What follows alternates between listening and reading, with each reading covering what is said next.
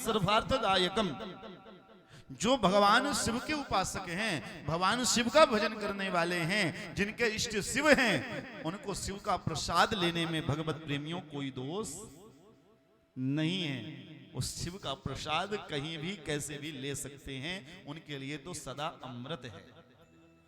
लेकिन जो लोग भगवत प्रेमियों, बहुत लोगों के मन में संशय आता है, तो इसका संशय यहां पर यह है कि कभी भी, वैसे तो हम सबको शिवजी के ऊपर कोई वस्तु नहीं चढ़ानी चाहिए।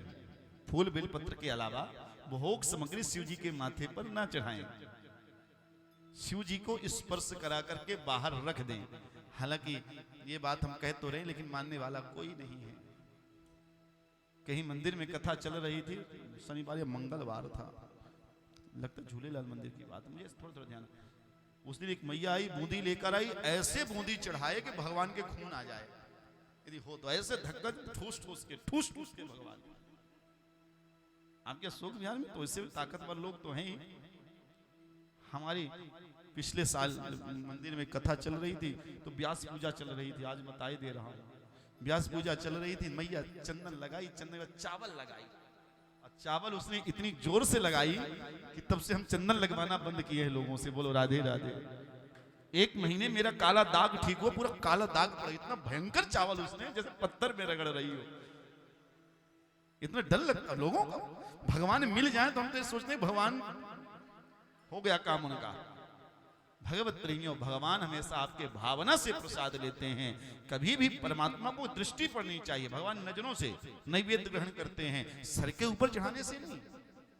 कोई भी नैवेद्य आप भगवान को चढ़ाइए, सम्मुख दर्शन करा दीजिए, जय ठाकुर जी की, और अपना प्रसाद आप ले लीजिए, लोगों को बांट दीजिए।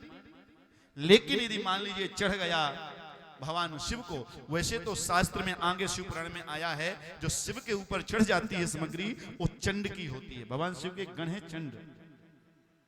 जब भगवान शिव एक बार माता पार्वती सभी के लिए भोजन प्रसाद बनाया था। भगवत प्रेमियों, भगवान भोलेनाथ उस समय नहीं थे, प्रतीक्षा चल रही थी। चंड आया, मां मुझे बड़ी भूख लगी है। पार्वती जी ने कहा मैं आज तुम्हें अपने हाथ से खिलाती हूँ, परोस कर खिलाती हूँ।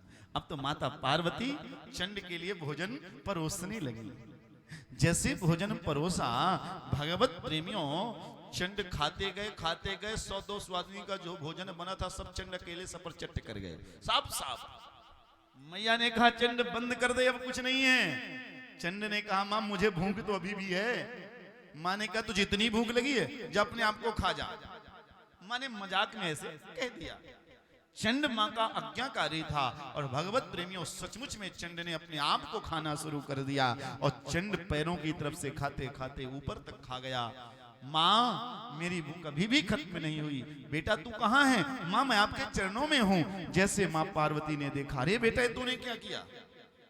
मां आपने ही तो कहा था अपने आप को खा जा, इसलिए मैंने अपने आप को खा लिया, पर मेरी भूख खत्म नहीं हुई। उसी समय भोलेनाथ जी आए। भोलेनाथ जी से चंड ने कहा प्रभु मुझे भूख लगी है, मेरी भूख खत्म नहीं हो रही, कृपा करिए कि मेरे पेट भर जाए।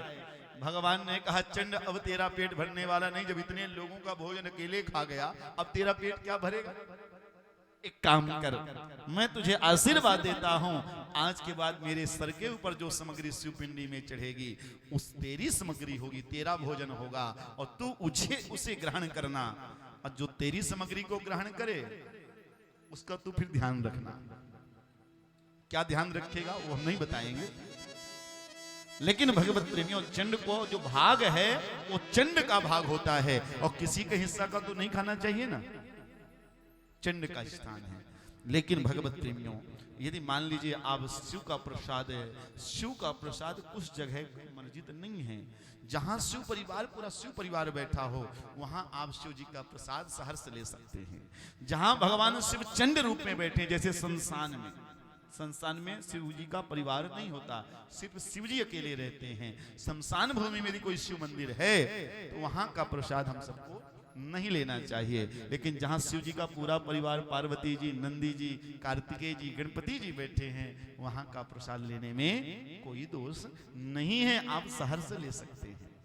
दूसरी बात, यदि आपके मन में कोई संशय आ जाए तो यहाँ पर एक उपाय लिखा है। हम वैष्णव हैं, नारायण के भक्त हैं, हमें संशय आ गया शिव का प्रसाद कैसे लें, तो भगवत प्रेमियों आप नैवेद्य भोजन प्रसाद ले लीजिए और प्रसाद को लेकर शालिग्राम भगवान को दिखा दीजिए, शालिग्राम जी को दर्शन करा दीजिए और फिर आप सहर्ष प्रसाद को ले लीजिए। यहाँ पर लिखा है पुरुषाणाम च नारीणाम मधिकारोत निश्चितम नाद्याम द्रागे कूपे वा जलांत मृदिमा हरेत। स्त्री पुरुष कोई भी उस प्रसाद को ले फिर दोष नहीं लगता है। इसलिए शिव जी के प्रसाद को लेने में कभी संकोच आप ना करें। शिव जी का प्रसाद सदा ग्राह्य है, लेना चाहिए, कोई पाप नहीं समझिएगा। आप हमेशा शिव जी के प्रसाद को लीजिए। भगवत प्रेमियों, भगवान शिव के इस स्वरूप को सुनकर, प्रसाद के बारे में सुनकर के और ब्रह्मा जी आदि ने निवेदन किया, महाराज आपने पाषाण विग्रह का पूजन तो बताया, लेकिन मैंने सुना